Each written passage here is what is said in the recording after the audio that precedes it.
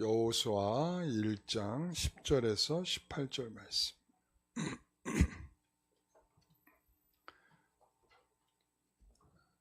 제가 읽겠습니다.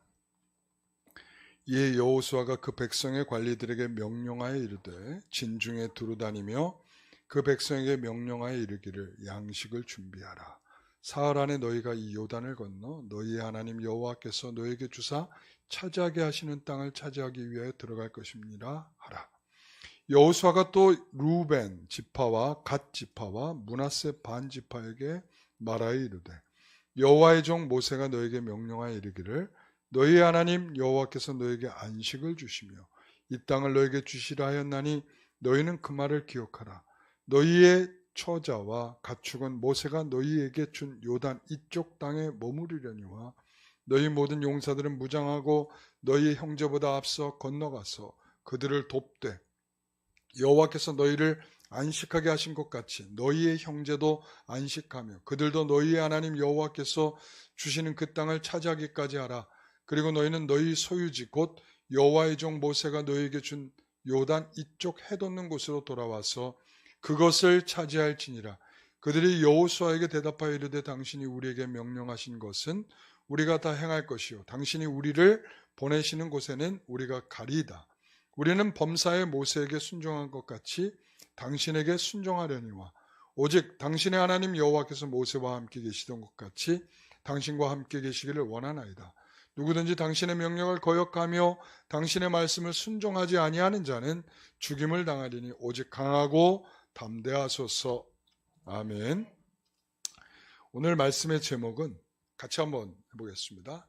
처음 그 순간의 뜨거움이라는 제목으로 말씀을 함께 나누겠습니다.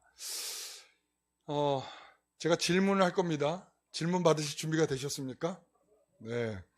여호수아의 전체의 주제는 뭐죠? 신실하신 하나님. 자, 신실하신 하나님이 두려움에 빠져 있는 연약함 속에 빠져 있는 여호수아에게 찾아오셨어. 뭐라고 말씀하셨어요? 세 가지 말씀하셨죠? 내가 너와 함께 하리라. 그리고 강하고 담대하라. 그 다음에 두려워하지 말며 놀라지 말라. 아유, 잘하셨어요. 우리 성도들, 제가 지난주에 꼭 요거는 해갖고 와야 됩니다 그랬더니 너무 잘해갖고 오셨어.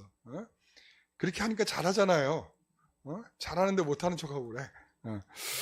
자, 그래요. 자, 이렇게 위기를 만난 성도들에게 들려주시는 이런 귀한 말씀들이 우리에게도 동일하게 들려지기를 바랍니다. 그러니까 이것은 여호수아에게만 해당되는 말씀이 아니고 그 당시의 청중들 또 뿐만 아니라 오늘날 이것을 읽고 있는 모든 성도들에게도 동일한 메시지가 담겨 있는 것입니다. 그래서 그 여호수아는 이 말씀을 듣고 말씀을 듣고 끝난 것이 아니라 이것을 통해서 마음의 변화가 생긴 거죠. 그 마음의 변화는 뭐냐면 그 순간 어떤 변화가 생겼어요. 그 처음 그 순간에 뜨거움이 생긴 겁니다. 처음이라고 하는 단어 우리 굉장히 뜨겁게 하는 단어죠. 너희가 처음 사랑을 잊었다. 이렇게 처음 사랑이 얼마나 우리에게 뜨겁습니까?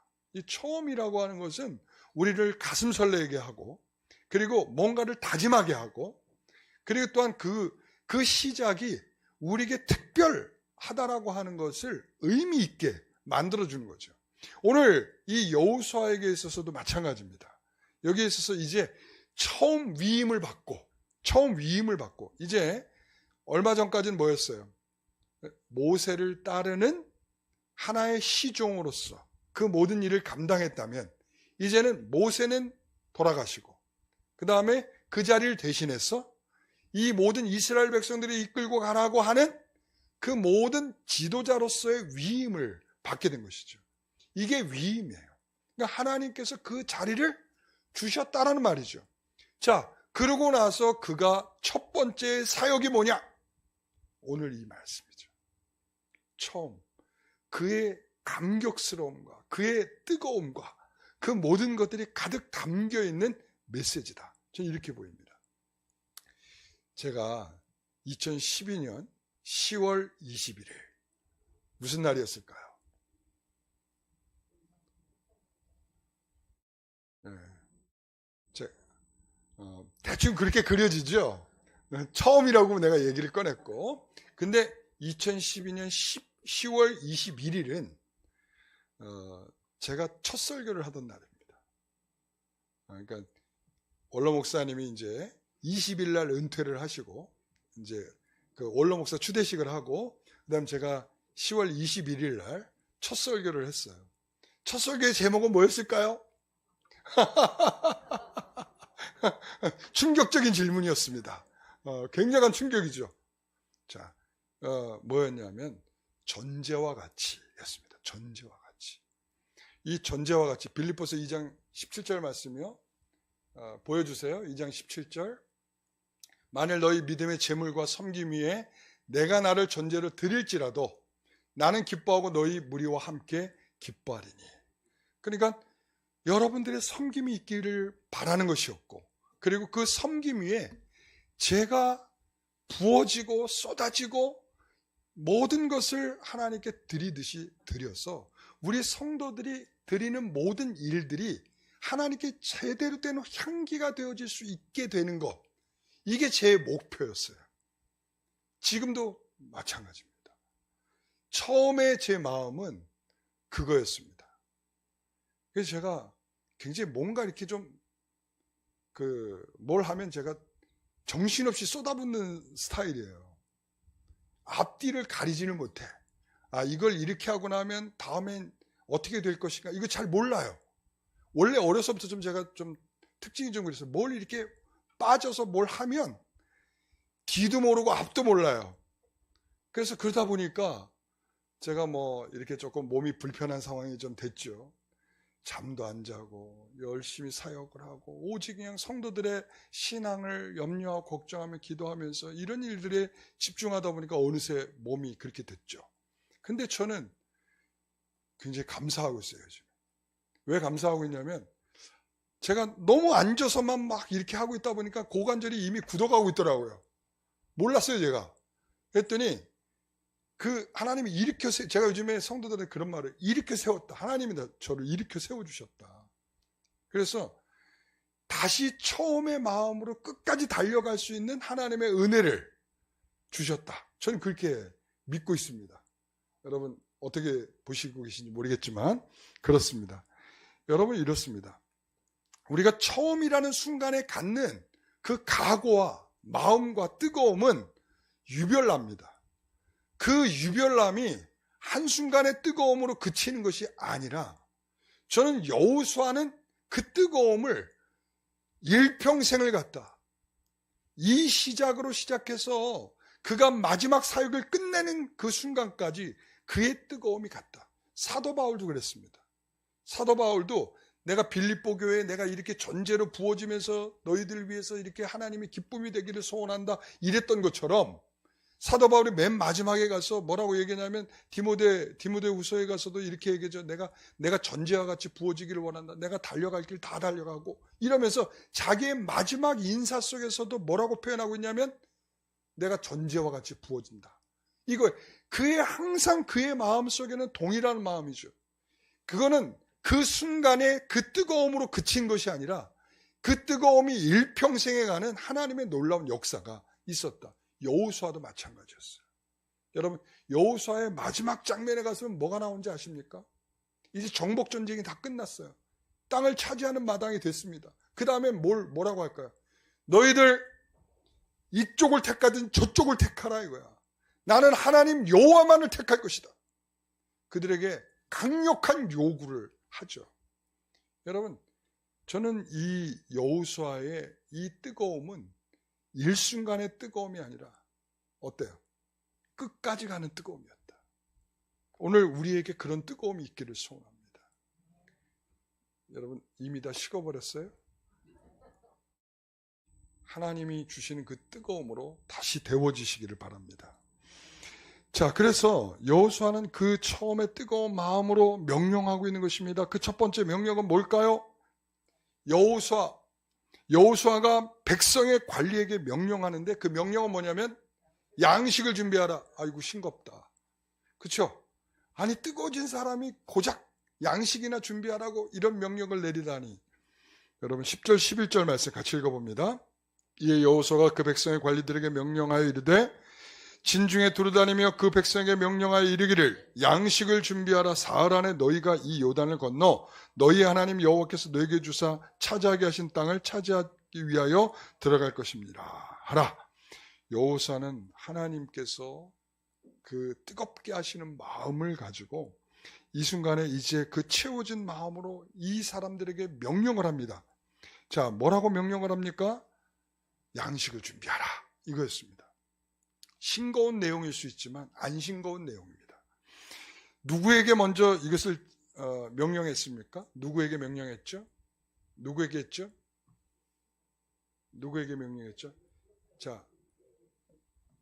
자, 누구에게 했냐면 관리들에게 했습니다. 관리들. 10절이죠. 10절에 나오죠. 관리들에게 명령하였다 이렇게 되어 있습니다. 이 관리라고 하는 것은 어떤 사람이냐면 행정관이에요. 이상하죠? 지금 전쟁을 준비하러 야 너희들 3일 후면 저 가나안으로 들어간다. 전쟁하러 간다. 지금 이러고 있는 상황인데 지금 누구에게 부탁을 했냐면 행정관들에게 부탁을 했어요. 야, 양식을 준비해라. 뭔가 특이하죠? 일반적이지 않죠. 다른 의미가 담겨 있다는 것이죠. 여기서 우리가 다른 의미가 담겨 있다는 의미 중에 하나가 뭐냐면 이 가나안 전쟁에서 보이지 않는 사람이 있습니다. 가나안 전쟁을 하면 누가 보여야 되죠? 누가 보여야 됩니까? 그렇죠. 병사, 군인이 보여야 되는데 여기에는 이 가나안 전쟁에는 병사와 군인이 보이지가 않아. 그러니까 처음부터 여호수아가 뭘 준비하라고 그래요? 양식이나 준비하라 쌓고 무기를 준비해, 칼 준비해라, 창 준비해라, 방패 준비해라 이러지 않았다는 거예요. 그러니까 여기에는 뭐가 의미가 들어있다는 거죠. 그러니까 이 전쟁은 군사력과 사람의 노력으로 하는 전쟁이 아니다. 여러분 이걸 아셔야 돼요. 그래서 하나님이 그들의 용사가 되어서 싸우신다는 것을 의미하죠. 여러분 여기서 보면은 그런 거예요. 하나님과 함께 강하고 담대하게 나아가는 그 사람이 하나님의 군대가 되는 것입니다.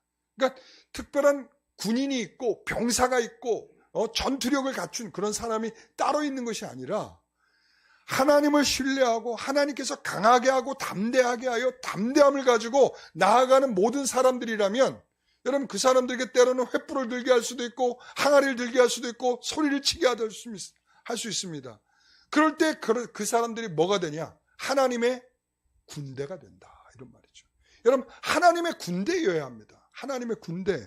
이 전쟁은 바로 그런 전쟁입니다. 왜 그렇습니까? 하나님께서 용사가 되셔서 그렇죠? 모세가 홍해를 건너고 난 다음에 노래했던 첫 번째 대목이 뭡니까? 하나님 우리의 용사이십니다. 할렐루야. 하나님은 우리의 용사이십니다. 그에게 있어서 모세에게 있어서 하나님은 우리의 대장이시며 우리의 전쟁에 능하신 그런 대장이신 줄 믿는 거죠. 바로 거기에 있는 것입니다. 하나님이 그들의 용사가 되셔 싸우신다. 그래서 이렇게 표현해. 하나님이 차지하게 하시는 땅에 너희들을 차지하게 할 거다. 이거죠. 하나님이 차지하게 하셔야 그 땅을 차지할 수 있는 땅이다. 이런 말이에요. 그러니까 다시 말하면 우리의 능력으로 하는 것이 아니다. 이런 말이죠. 여러분 우리의 모든 일에는요. 우리가 나이가 많고 적음을 우리가 자꾸 따지잖아요. 우리가 나이가 얼만데 그리고 우리가 능력이 있느냐 없느냐 자꾸 이거 따지죠. 근데 실제로 이거는 신앙적인 멘트가 아니에요. 신앙적인 멘트는 하나님께서 하게 하시면 한다예요. 하나님이 하게 하시는데 나이 탓하고 있으면 되겠습니까? 여러분 우리가 잘 알잖아요. 우리 여호수아와 갈렙 나이가 많은데도 진취적으로 저는 이 땅을 차지하겠다라고 나중에 얘기하잖아요. 그런 용맹스러움이 나이에서 나오는 겁니까? 아니란 말이죠. 하나님께서 하게 하시는 것을 한다라는 믿음이 있기 때문에 거기에는 우리의 나이, 우리의 실력, 우리의 능력 이런 것들이 중요한 이유로 차지하지 않는다는 거예요. 여러분, 그래서 양식을 준비하라 라고 하는 말에는 특별한 의미가 담겨 있는 것입니다. 여호수아는 무기가 아니에요. 식량만을 준비하라는 것입니다. 그러니까 이 말은 뭐냐면 여호수아에게 있어서는 이 상황에서 그가 얼마 전까지는 어떤 마음을 갖고 있었어요? 9절까지는 두려움 가운데 있었죠. 연약함 가운데 있었죠. 두려운 이유가 뭐예요? 이 말 안 듣는 이스라엘 백성들을 과연 끌고 들어갈 수 있을까라고 하는 두려움이 있었고, 그 다음에 가나안 사람들의 그 키가 크고 장대하고 능력 있는 그 사람들과 맞부딪혀서 우리가 싸워서 이길 수 있느냐라고 하는 마음도 있었고, 그런 두려움들이 가득 있었기 때문에 그런 두려움은요, 그 두려움은 뭘 생각했겠어요? 우리에게 더 큰 장갑차, 우리에게 더 큰 비행기 확 갖다 다 쏟아부어가지고 그냥 다 폭파시킬 수 있는 그런 무기, 하나님 이런 거 주세요 라고 생각을 했을 텐데 그게 아니라는 거예요. 왜요? 하나님이 뭐 하지 말라고 그랬어요? 두려워하지 말라, 놀라지 말라, 강하고 담대하라. 왜? 하나님이 함께 하신다. 이거 하나님이 함께 하신다. 그러니까 하나님이 함께 하신다라는 확신, 여러분 이게 바로 양식을 준비하라로 나타나는 거예요. 하나님이 함께 하신다. 그럼 우린 양식만 있으면 되겠네, 이거죠. 여러분, 그러니까 이게 뜨거움이, 그 순간의 뜨거움이 뭘로 나타났어요? 하나님에 대한 확신으로 나타나고 있는 거예요. 여러분, 뜨거움이 우리가 생각하는 것처럼, 여러분 우리가 펄펄 끓는 뭐 용광로 같이 우리가 변하는 거, 여러분 그거요 너무 기대하지 마세요. 용광로도 식는 날이 있어요. 예? 여러분, 우리가 다 그거 경험했잖아요. 첫사랑을 회복하라고 말하는 그 요한계시록의 말씀을 우리가 이해해 보세요. 왜 그런 말씀을 하겠어요? 첫사랑이 뭐였기 때문에 그래요? 식었기 때문이죠. 그러니까 첫사랑이라고 하는 것은 뜨겁지만 그 뜨거운 사랑은 곧 식어버리게 돼 있어요. 그러니까 우리가 그런 모습들을 갖고 있기 때문에 실적으로 여기서 뜨겁다라고, 뜨거워졌다라고 하는 것은 온도의 문제가 아니에요. 우리가 하나님께 얼마나 더 의지할 수 있는 기울어짐이 되어 있는가라는 점이죠. 여러분, 그러니까 하나님에 대한 확신이 뜨거움으로 나타나는 거예요. 우리가 주를 앙모하는 자 이랬잖아요. 앙모하는 자라고 했을 때 그것이 능동적인 표현이 아니에요. 우리가 주를 앙모하는 자 올라가 이거잖아요. 이게 올라가고 막 이러니까 우리가 진취적이고 능동적이고 막 이런 표현이라고 생각하는데, 실적으로 그 원어는 그렇게 표현하고 있지 않아요. 뭐라고 표현하고 있냐면 기다림이에요. 기다림이 하나님을 사랑하는, 하나님께 나아가는 능동적인 표현보다 더 우리에게 필요한 표현이죠. 하나님을 어떻게 기다릴 수 있냐. 그리고 하나님을 소망한다는 거예요. 하나님을 소망. 우리의 마음속에 하나님을 소망하는 바가 그렇게 나타나는 거예요. 그게 주를 앙모하는 거거든요. 여러분, 여기에서 이 뜨거움은 하나님에 대한 확신으로 뜨거운 것입니다. 하나님께서 그들에게 만나를 먹게 하셨는데 준비한 뭘 양식을 준비하라고 하는 것인가? 여러분, 준비할 양식이 있을까요? 그들은 맨날 만나를 먹었잖아요. 근데 양식이 어디 있죠? 양식이 어디 있을까요? 이제 그들이 요단강을 넘어가잖아요. 그리고 거기서 이제 할례를 행하고, 그러고 나서 뭐가 사라져요? 만나가 사라지죠. 그걸 준비하는 거예요. 만나가 사라지는 거예요. 자, 그러면 무슨 양식으로, 지금까지 만나로 살아왔는데 무슨 양식에서 준비할까요? 자, 그들은 이미 요단 동편에서 전쟁에 승리를 거뒀어요. 자, 누구한테요? 바산한 옥에, 헤스본한 시온에게 그들의 땅을 점령하고 그들의 것을 빼앗았습니다. 자, 그렇기 때문에 그들에게 빼앗은 양식을 준비하라는 것이죠. 자, 이 명령은 하나님을 의지하라는 리더의 첫 번째 명령입니다. 참 엉뚱하죠. 어떻게 보면 엉뚱할 수 있어요. 이 엉뚱한 양식을 준비하라, 이것이 하나님의 믿음의 역사를 동참하게 하는 놀라운 일이라는 거예요. 여러분, 엉뚱한 방향에서 믿음의 역사가 나타납니다. 엉뚱한 방향에서. 우리가 가야 할 것이 보이는 것을 바라보고 가는 것은 어떤 의미에서는 믿음이 아니에요. 이게 뭐냐면 이런 거죠. 자, 우리가 예수님이 부활하신 것을 예수님의 사도들은, 예수님의 제자들은 목격했죠.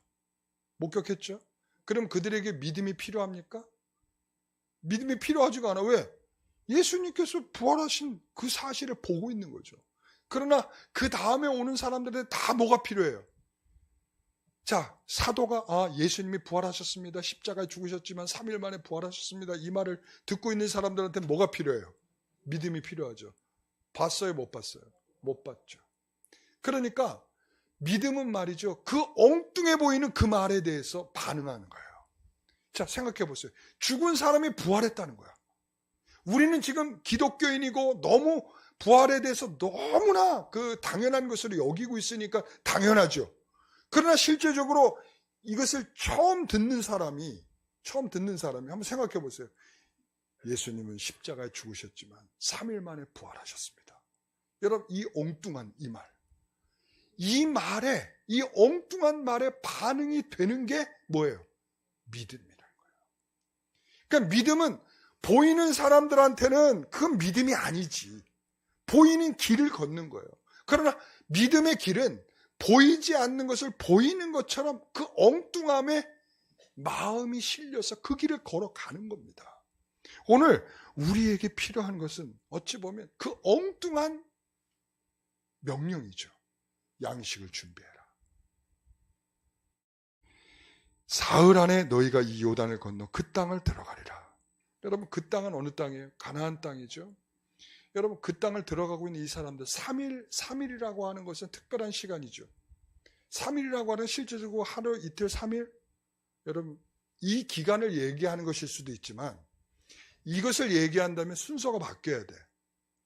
뭐가 바뀌어야 되냐면 지금 여호수아 지금 이 명령을 하는 사건의 앞에 뭐가 있어야 되냐면 가나안 정탐을 보내는 사건이 먼저 있어야 돼. 왜 그럴까요? 가나안 정탐만 3일이 넘게 걸리거든. 그렇잖아요. 3일 만에 들어간다라고 하면 자, 지금 이 정탐의 사건이 3일이 넘게 걸리는 사건이라니까요. 그러면 안 맞잖아요. 그러니까 실질적으로는 제가 생각할 때 순서적으로도 정탐 사건이 먼저 오고 그 다음 이 명령 사건이 그 다음에 오는 것으로 전 이렇게 지금 순서적으로 봅니다. 그러니까 실제로 이게 시간적인 3일을 가리키는 것보다 이게 약간 중요한 일이 일어날 사인이에요. 중요한 일에 대한 사인을 말할 때 3일 이런 표현을 쓰는 거예요. 그 어떤 예들이 있냐면 이런 예들이 있어요. 뭐냐면 사흘 안에 당신이 복직될 것입니다. 요셉이 복직되는 사람에게 당신은 사흘 안에 복직됩니다. 그리고 또한 사흘길쯤 광야에 가서 하나님께 제사 드리겠습니다. 라고 바로왕에게 모세가 이야기를 하죠. 우리 3일길 광야에 가서 하나님께 제사 드리겠습니다.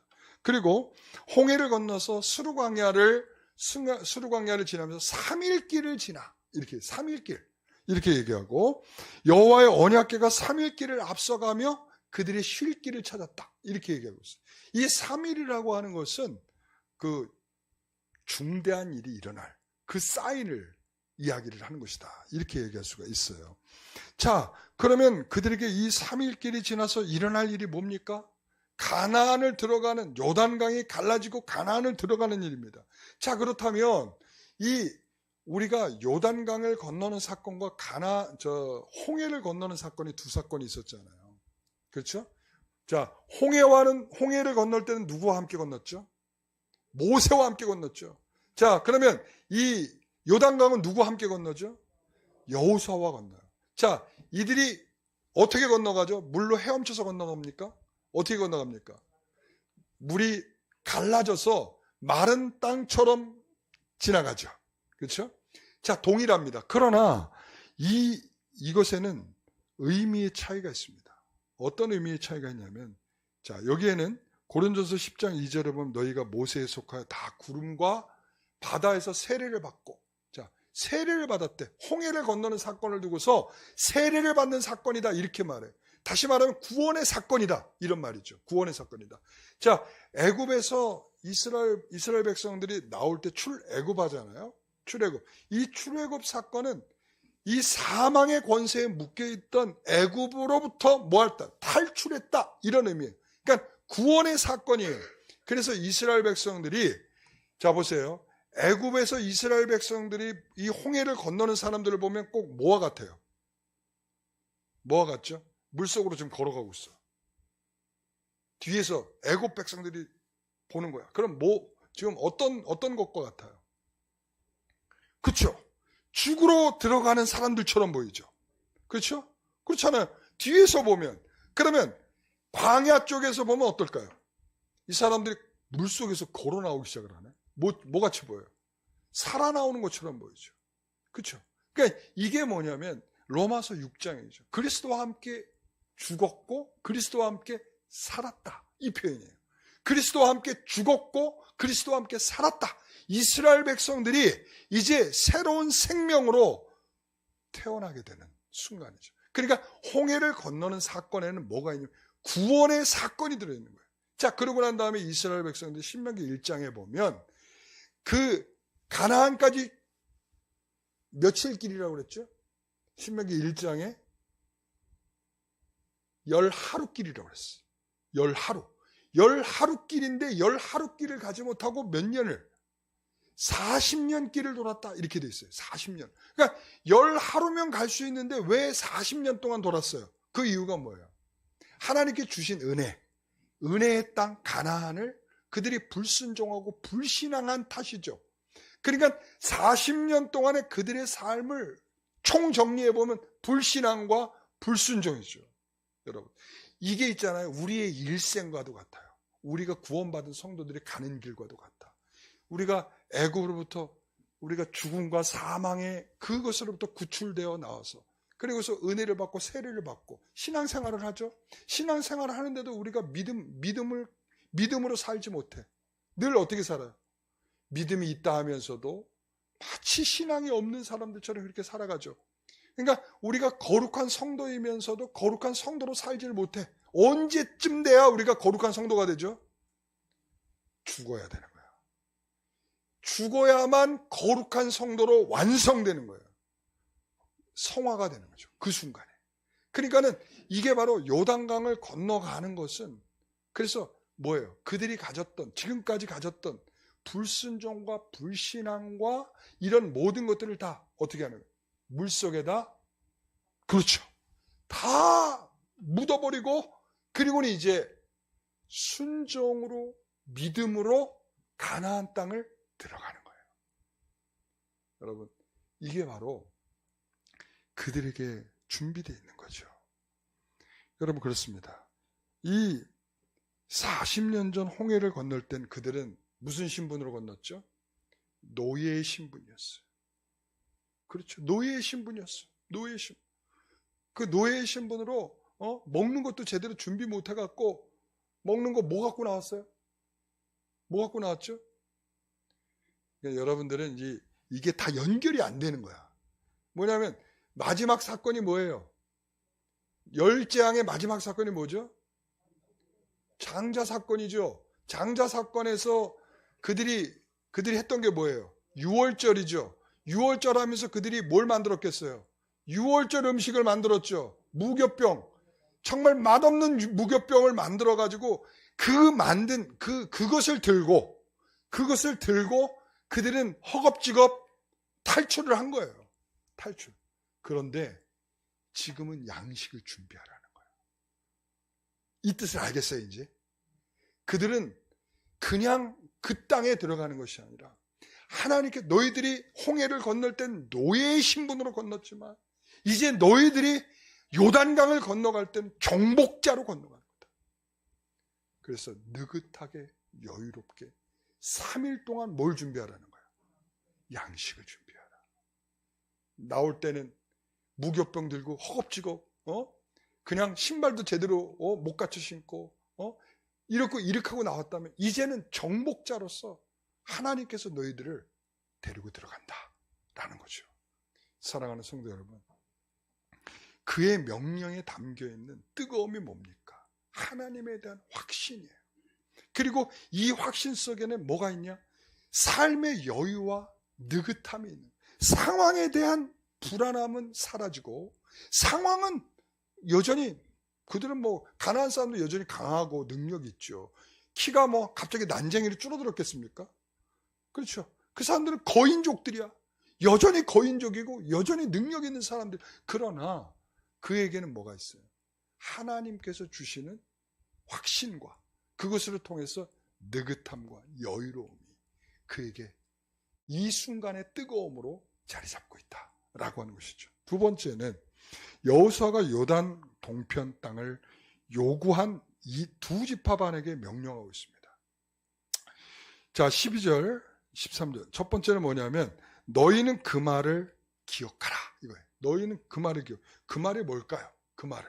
자, 12절, 13절 같이 읽어봅니다. 여호수아가 또 루벤 지파와 갓 지파와 므낫세 반 지파에게 말하여 이르되 여호와의 종 모세가 너희에게 명령하여 이르기를 너희 하나님 여호와께서 너희에게 안식을 주시며 이 땅을 너희에게 주시라 하였나니 너희는 그 말을 기억하라.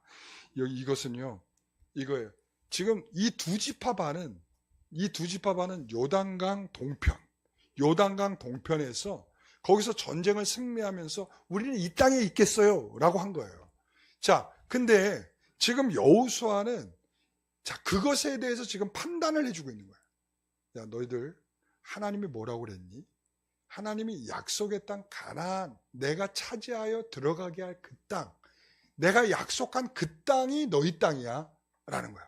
그렇다면 이 요단 동편에 두 지파 반이 차지하고 싶어하는 그 땅도 약속의 땅일까요? 아니라는 거야. 기억해. 이거 지금 기억해. 그 땅 아니야. 기억해. 근데 과연 이 말은 통하지는 않아요. 그러나 이 역사적인 맥락에서 우리가 그것을 생각해 볼 바가 있는데 뭐냐면 루벤, 갓, 므낫세 이 세 지파는 특징이 있어요. 다 뭐와 관련이냐면 군사와 관련 있는 사람들. 용맹 있는 사람들. 여러분 루벤이라고 하는 사람 보면 어떤 사람이에요? 이 다혈질이죠. 물이 끓는 것 같은 이런 어떤 이 열기가 있는 사람이에요. 그리고 굉장히 위풍이 월등하고 권능이 탁월하여 싸움을 잘하는 사람이에요. 자, 갓은 어떤 사람이 군대라는 뜻을 갖고 있어요. 군대. 그러니까 싸움에 했다면 진 적이 없는 사람들. 므낫세, 용사의 집이라는 뜻이죠. 그러니까 여러분 이 므낫세 지파에서 누가는 기드온이 여기서 나오죠. 그러니까 이 세 지파의 특징은 뭐냐면 다 전쟁과 관련 있는 사람들이죠. 전쟁에 능한 사람들이죠. 그래서 이들은 전쟁을 했다면 이기는 사람들인데 이 전쟁에서 이겼다는 것은 뭘 뜻해요? 전쟁에서 이기면 상대방의 것을 빼앗죠. 그렇죠? 전리품을 갖잖아요. 전리품을 나눠 갖죠. 그럼 전리품을 나눠 가졌다는 것은 그들이 잘 산다는 거예요. 다른 지파 사람들에 비해서 이 싸움에 능하니까 다른 사람들 것을 잘 뺏어가지고 그것을 가지고 잘 사는 사람들이라 이런 말이죠. 여러분, 이 사람들은 이런 사람들을 가리켜서 뭐라고 표현하냐면, 자, 보여주세요. 경계선의 그리스도인. 자, 어느 경계선? 요단강의 경계선에 있는 그리스도인. 자, 항상 어느 쪽으로 갈 수도 있고, 요단강 안 건너갈 수도 있고, 안 건너갈 수도 있어. 실리가 된다면 이득이 있어, 건너가. 이득이 없어, 건너와. 이거죠. 그러니까 이거는 항상 이 경계에 있는 사람들. 그래서 여러분 처음 순간에 뜨거움이 식어버린 사람들의 특징이에요. 그러니까 여기서 너희는 잊었다, 기억하지 못한다 라고 하는 의미는 뭐냐면, 여러분 우리가 처음에 뜨거움을 잃어버렸을 때 나타나는 게 뭐냐면 하나님에 대한 것들이 다 약속이 잊혀져요. 뭐가 남냐면 실리가 남아. 이게 나한테 이득이 되냐, 이것이 나에게 손해가 되는 거야. 여러분 절실할 때는 하나님의 약속을 붙들지만 등 따숩고 그리고 배부르면 뭘 따라가요? 이익을 따라가게 돼 있습니다. 그래서 요단강을 건너서 너희 하나님 여호와께서 너희에게 기업을 주시는 땅에 거주하게 될 때 내가 택한 그것의 모든 것을 가지고 들어가라는 것입니다. 그게 하나님의 약속이었어요. 그러나 경계선에 있는 그리스도인들은 그 신리와 이익 때문에 뭐가 어두워져서 방향을 잃어버리게 됩니다. 가야 되느냐 말아야 되느냐, 여러분, 그들은 이 전쟁에서 참여하면서도 또한 가나안 사람들이 다 쫓아내지 않았어요. 이 여호수아 13장 13절에 가게 되면 이 사람들이 가나안 사람들을, 일부 사람들을 쫓아내지 않았다. 근데 이 사람들만 그런 게 아니라 상당수의 여러 지파들이 다 쫓아내지 못했다라는 말을 해요. 그것을 이 시편에 이렇게 표현하고 있어요. 106편 33절부터 같이 읽어봅니다. 이는 그들이 그의 뜻을 거역함으로 말미암아. 자, 이 일이 어떤 일이라고요? 자, 그들을 쫓아내지 못한 것은 다 뭐라고? 하나님의 뜻을 거역한 거다. 여러분 이거 기억하세요. 그 다음에 34절. 그들은 여호와께 멸하라고 말씀하신 그 이방 민족들을 멸하지 아니하고 그 이방 나라들과 섞여서 그들의 행위를 배우며 그들의 우상을 섬김으로 그것들이 그들에게 뭐가 됐다고요? 올무가 되었도다. 37절. 그들이 그들의 자녀를 악귀에게 제물로 바쳤도다. 여러분, 그 일이 너무 매력적인 거죠. 그들의 문화 너무 달콤하죠. 하나님의 뜻을 거역할 만큼 너무나 달콤한 거야. 너무 좋아. 그래서 그들을 안 쫓아낸 것. 근데 그것이 나중에 뭐가 됐어요? 올무가 돼버렸어요. 이는 우리가 그리스도 안에 사는 공동체에게 준 준엄한 경고입니다. 우리는 사소한 것이라고 여겨지는 것들 있잖아요. 사소한 것. 시간이 흐르게 되면요, 그것이 맨 처음에는 요만한 것이 사소해 보였던 거, 아무것도 아닌 것처럼 보였던 그것이 말이죠. 우리의 죄성, 우리가 가지고 있는 본성의 죄성과 결합이 되면 이것이 더해지면 화학적 반응이 일어나는 거예요. 화학적 반응이 일어나면 어떻게 되느냐? 우리가 감당할 수 없는 크기로 변해버리는 거예요. 사소했던 것이. 여러분, 그거예요. 우리 자녀가 머리가 커져서 말을 듣지 않아요 라고 이야기를 해요. 제가 이렇게 우리 성도들 가정에 이렇게 물어보면 우리 아이들이 머리가 커져서 말을 듣지 않는다. 여러분, 머리가 커져서 말을 듣지 않는 것이 아니라 여러분들이 사소한 그것들이 우리 자녀들에게 미쳐진 영향이 아니겠는가를 생각하셔야 돼요. 사소한 것들이 이제 아이들의 화학적 반응이 뭐가 일어날까요? 사춘기. 그 사소한 것들이 사춘기와 결합이 되면서 화학적 반응이 일어나면서 이제 아이들이 감당할 수 없는 크기로 점점 자라기 시작을 하는 거예요. 그러니까 그것이 자라게 되면 이제는 도무지 감당할 수 없는 크기로 변하는 거죠. 여러분, 사소한 것이 변하면 뭘로 되는지 괴물이 되는 거예요. 자, 오늘 아까 37절에 뭐라 그랬어요? 한 번 더 보여주세요. 그들이 그들의 자녀를 악귀들에게 희생제물을 바쳤도다. 이렇게 돼요. 여러분, 그들을 내쫓지 않은 일이 이렇게 될 줄 알았을까요? 사소한 일을 저 사람 정도면 좀 남겨두면 뭐 어떻게 되겠어? 라고 한 일인데 그 남겨준 여지가 어떻게 크게 성장이 됐냐면 괴물처럼 자라가지고요. 우리가 그 괴물 앞에 뭐 한 거예요? 우리가 마치 희생제사를 드린 것 같은 그런 일이 돼버리고 말았다는 거예요. 여러분, 이것을 기억하라는 거예요. 자, 두 번째는 하나님께 주실 안식을 위하여 너희의 형제보다 앞서 건너가서 그들을 도우라.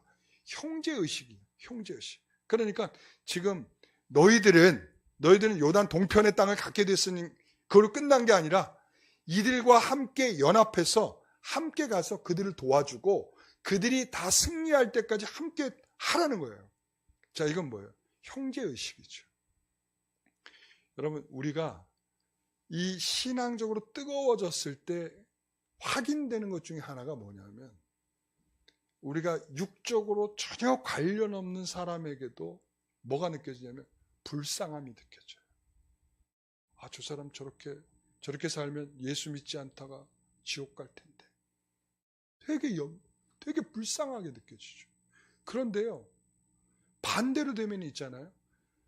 자녀가 됐든 부모가 됐든 형제가 됐든 지옥 가게 생겼는데도 하나도 불쌍하지가 않아. 아무 느낌이 들지가 않아. 다 식어버린 거야. 우리가 하나님의 뜨거움이 있으면, 하나님이 우리에게 주시는 그런 처음의 뜨거움이 있으면 우리는 누굴 봐도 형제의식을 느낄 수밖에 없어요. 불쌍하죠. 지옥 가는 자를 보면 불쌍한 거예요. 저들을 위해서 내가 어떻게든 희생을 해서라도 저들을 구원하는 일을 위해서 힘써야 되겠다라는 생각을 하게 되는 거죠. 여러분, 이런 한 몸의 원리가 생기는 거예요. 여러분, 우리가 한 몸의 원리, 한 몸의 원리. 그래서 사도 바울이 그러잖아요. 그리스도는 머리시고 몸은 지체다. 그러니까 지체는 한 곳이 아프면 다른 곳도 같이 공통적으로 아픔을 느낄 수밖에 없는 거예요. 한 사람이 지옥 가게 생겼으면 그 사람도 그 사람을 보면서 마음이 아파서 견딜 수가 없는 겁니다. 여러분, 바로 이런 형제의식을 갖게 되는 거죠. 그게 바로 처음 순간의 뜨거움입니다. 자, 그러면서 이제 마지막으로 세 번째, 같이, 자, 우리는 모세에게 순종한 것처럼 여호수아 당신에게도 순종할 것입니다. 자, 첫 번째, 양식을 준비하라 그랬죠. 그 다음에 우리와 함께 형제들을 도우라. 가서 도우라. 이랬단 말이에요. 두 번째. 그 다음에 세 번, 거기에 대해서 이들이 뭐라고 해요? 우리는 모세에게 순종한 것 같이 여호수아 당신에게도 순종하겠습니다. 이렇게 이야기를 했습니다. 16절부터 18절 같이 읽어봅니다. 그들이 여호수아에게 대답하여 이르되 당신이 우리에게 명령하신 것은 우리가 다 행할 것이요 당신이 우리를 보내시는 곳에는 우리가 가리라. 우리는 범사에 모세에게 순종한 것 같이 당신에게 순종하려니와 오직 당신의 하나님 여호와께서 모세와 함께 계시던 것 같이 당신과 함께 계시기를 원하나이다. 누구든지 당신의 명령을 거역하며 당신의 말씀을 순종하지 아니하는 자는 죽음을 당하리니 오직 강하고 담대하소서. 여러분, 참된 연합은요, 참된 연합은 서로 방향이 같아지는 거예요. 참된 연합은 뭐예요? 형제의 연합은요, 방향이 같아지는 거예요. 그들의 한 방향은 뭘까요? 순종이에요. 순종으로 의기투합을 했습니다. 여기서 요단 동편과 서편에 거주하는 사람들의 연합의 힘은 하나님의 말씀에 순종하는 것입니다. 모세와 여호수아에게 순종하는 것이라고 말하고 있지만 실제로 그게 아니라 하나님의 말씀에 순종하는 거죠. 만약 이 명령을 거역하면 어떻게 되는 거죠? 죽는다 그랬습니다. 아주 강하고 단순한 논리입니다. 강하고 단순하죠. 말씀을 지키면, 순종하면 너희가 내 복을 받고, 그 다음에 너희가 순종하지 않으면 죽는다. 근데 우리는 죽을 줄 아는데도 순종 안 하기를 너무 그냥 이 말을 안 믿고 있는 거죠. 이 말을. 죽는다. 안 죽는데요, 하나님? 우리 지금 안 죽잖아요. 우리 영혼이 죽고 있습니다. 여러분, 우리가 하나님 말씀을 거역하는 순간에 우리의 영혼은 죽고 있습니다. 이 역사상 가장 큰 전쟁을 눈앞에 백성들이 두고 있는데 실제적인 전투 준비는 별로 관심이 없고 이 리더에게 순종하라고 말하고 있습니다. 여러분, 어떻게 보이십니까? 시험을 앞둔 아이에게 야, 너 공부하지 말고 기도해라. 여러분, 얼마나 신앙적이고 영적입니까? 괜찮죠? 네? 지금 그 말 같아요. 그죠? 너희들 뭐 무기 들고 싸울 준비하고 너희들 그 전술 뭐 이런 거 회의하지 말고 너희들 양식이나 준비하고 내 말 잘 들어라. 그럼 너희 승리한다. 지금 이러고 있어요. 그러니까 우리가 아이들한테 가르칠 때도 그렇게 가르쳐야 되겠죠. 너희들 절대 공부하지 말고 기도해라. 그러면 좋은 대학 간다. 이렇게 여러분 어떻게 맞습니까? 네, 여러분 제가 해봤어요. 제가 해봤거든요. 제가 그 은혜 받고 처음 신앙이 막 뜨거워져 가지고 그때 이제 신학교 가야겠다 생각을 하고서는 그리고선 제가 어떻게 할게요? 기도원에 갔어요. 시험 한 달 놔두고 기도원에 갔습니다. 한 달 동안 기도를 열심히 했습니다. 그리고서 시험을 딱 봤습니다. 그랬더니 어떻게 됐을까요? 네, 찰싹 떨어졌습니다. 여러분, 이게 보편적인 원리가 아니죠. 여러분, 여기서 이건 뭐냐면 하나님이 가게 하시는 방향을 가라는 거예요. 이게 그 의미예요. 하나님이 가게 하는 방향이 뭐냐? 그게 바로 이거라는 거예요. 그러니까 하나님이 영적으로 뜨거워지면 우리에게 뭘 생각하겠냐? 하나님이 어디를 우리 향해서 가게 하시느냐를 볼 수 있는 영적인 눈이 생기는 겁니다. 그런데 이 마음이 식어버리면 이익과 이 손해가 눈에 들어오는 거예요. 이익과 손해가. 여러분, 그래서 이익과 손해 앞에 우리는 다 무너져 버리고 말아요. 신앙? 나한테 이익이 안 되는데. 내가 주일? 나한테 아무런 이익이 없어. 내가 가서 장사해야지 이익이 있지. 여러분, 이건 방향이 틀렸어요. 방향은 하나님이 가게 하시는 방향으로 우리를 끌어내시는 겁니다. 그때 우리의 뜨거움이 계속 유지가 되는 거예요. 그러니까 제가 해봤더니 기도하니까 안 되더라고요. 그때 예전에 그 서울대학 간 뭐라는 분이 간증을 하면서 그래, 자기가 공부 잘 안 했는데 그날 시험 볼 때 답이 막 보이더라는 거야. 답이 다 보이더라. 그래서 자기가 서울대학 갔다는 거야. 그래서 제가 그 말을 제가 철석까지 믿었지 않았겠어요. 그래서 내가 공부 안 하고 와서 기도하고서 하나님 답을 보여주실 줄 믿습니다 하고서 했는데 안 되더라고. 그게 하나님께서 우리에게 그게 보편적인 원리로 주시는 게 아니에요. 여러분, 우리는 그들의 처음 순간, 그 순간의 뜨거움은 하나님의 말씀을 우리가 잘 지키는데 우리의 유지함이 있다라고. 여러분, 우리에게 그런 은혜가 있기를 소원합니다. 이미 다 식어져 버렸을까요? 예? 이미 차거나 뜨겁거나 하지 못해서 미지근해서 우리 주님께서 다 토해버릴 지경의 신앙은 아닐까요? 너무나 변해버려서 형태와 모양을 찾아볼 수 없을 만큼 우리들의 신앙이 변질된 것은 아닐까요? 여러분, 오늘 여호수아는 그 처음 가졌던 그 순간에 그 뜨거움을, 하나님의 말씀을 마음에 새겨 넣으며 좌로나 우로나 치우치지 아니하고 그 길을 감으로 그는 마지막 순간까지 이 뜨거움을 유지하는 그의 모습이었습니다. 오늘 저는 우리 모든 성도들에게 그렇게 되시기를 간절히 소망합니다. 하나님, 우리는 원색적으로 모든 것을 접근하여 이것을 하면 내게 복이 있습니까? 없습니까? 이런 것을 따지지만 우리는 좀 더 깊은 해석의 방식으로 접근하여 하나님께서 우리를 어떻게 끝까지 섭리하며 인도하시는지를 바라보며 그 방향으로 가기를 소원합니다. 흐트러지지 않게 하옵소서. 주님이 우리에게 주시는 가치관으로 살아가게 하시고 주님이 우리에게 나타내시는 그 내용으로 살아갈 수 있도록 저희들을 이끌어 주시옵소서. 예수님의 이름으로 기도하옵나이다. 아멘.